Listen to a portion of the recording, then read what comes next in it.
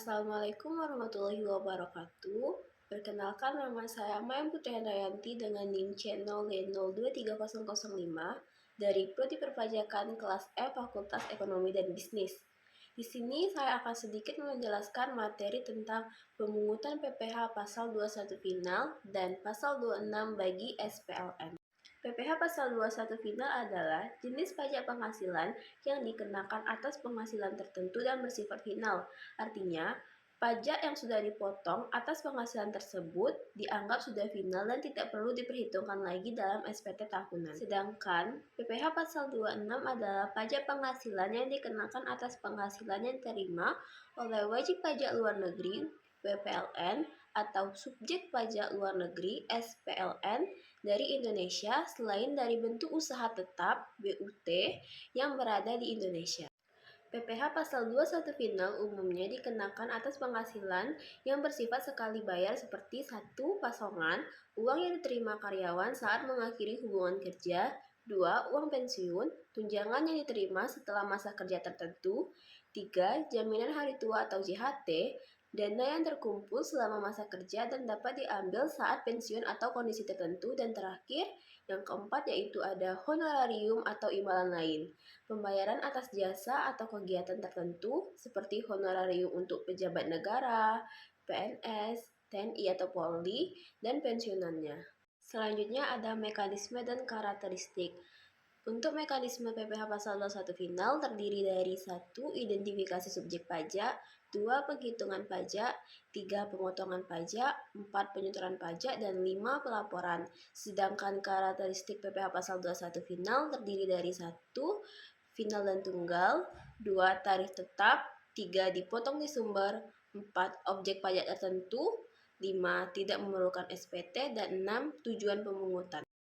Objek PPh pasal 26, 1. Dividen atau keuntungan yang diperoleh dari kepemilikan saham, 2. Bunga atau imbalan atas pinjaman uang, 3. Royalti atau imbalan atas penggunaan hak cipta, paten, merek dagang, dan sebagiannya, 4. Sewa atau imbalan atas penggunaan harta, 5. Imbalan jasa atau pembayaran atas jasa yang diberikan, dan 6. Ada hadiah dan penghargaan atau uang atau barang yang terima sebagai hadiah atau penghargaan. Mekanisme pemungutan PPh pasal 26. 1. Identifikasi subjek pajak, yaitu tentukan apakah pihak yang menerima pembayaran merupakan SPLN. 2. Penentuan tarif, yaitu tarif dasar PPh pasal 26 adalah 20% dari dasar pengenaan pajak. Namun, tarif dapat lebih rendah jika terdapat perjanjian penghindaran pajak berganda P3B antara Indonesia dan negara asal SPLN. 3. Perhitungan pajak, yaitu hitung jumlah pajak yang harus dipotong dengan mengalihkan tarif dengan dasar pengenaan pajak. 4. Pemotongan pajak, yaitu pihak yang melakukan pembayaran ke SPLN, biasanya perusahaan di Indonesia, wajib memotong pajak sebesar yang telah dihitung dan menyerahkan kepada negara. 5. Pelaporan, pihak yang memotong pajak wajib melaporkan pemotongan tersebut dalam SPT masa PPh pasal 26. Dasar pengenaan PPh pasal 26. 1. Penghasilan bruto untuk jenis penghasilan tertentu seperti bunga. 2. Perkiraan penghasilan neto untuk jenis penghasilan yang sulit menentukan penghasilan netonya secara pasti seperti royalti. 3. Penghasilan kena pajak setelah dikurangi PPh terutang untuk penghasilan dari BUT. Perbedaan PPh pasal 26 dan pasal 21. Subjek pajak, PPh pasal 26 SPLN, PPh pasal 21 wajib pajak dalam negeri. Objek pajak, PPh pasal 26 berbagai jenis penghasilan dari Indonesia. PPh pasal 21 penghasilan dari pekerjaan, jasa, atau kegiatan.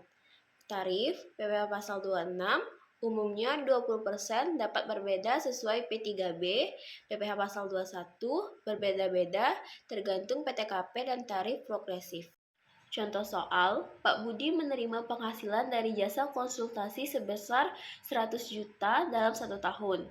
Berapa PPh pasal 21 final yang harus dibayar Pak Budi? Penyelesaian, asumsikan tarif PPh pasal 21 final untuk jasa konsultasi adalah 20%. Perhitungan, PPh pasal 21 final sama dengan penghasilan bruto dikali tarif, PPh pasal 21 final 100 juta dikali 20%, PPh pasal 21 final akan menghasilkan 20 juta. Jadi Pak Budi harus membayar PPh pasal 21 final sebesar 20 juta. Contoh soal selanjutnya, Mike adalah karyawan asing pada perusahaan PT Dira Konsul. Mike bertempat tinggal kurang dari 183 hari. Mike sudah beristri dan mempunyai seorang anak. Dalam bulan April 2018, Mike memperoleh gaji 5 US dollar sebulan. Kurs yang berlaku adalah 13.500 per US dollar. Jadi cara penyelesaiannya, penghitungan PPh pasal 6, penghasilan bruto berupa gaji sebulan 5.000 dikali 13.500 akan menghasilkan 67.500. Penerapan tarif 20% dikali 67.500 akan menghasilkan 13.500. PPh pasal 26 atas gaji Mike bulan April adalah sebesar 13.500. Baiklah, demikian beberapa hal tentang pemungutan PPh pasal 21 final dan pasal 26 bagi SPLN yang dapat saya jelaskan. Lebih dan kurang saya mohon maaf. Saya akhiri dengan wabillahi taufiq wal hidayah. Wassalamualaikum warahmatullahi wabarakatuh.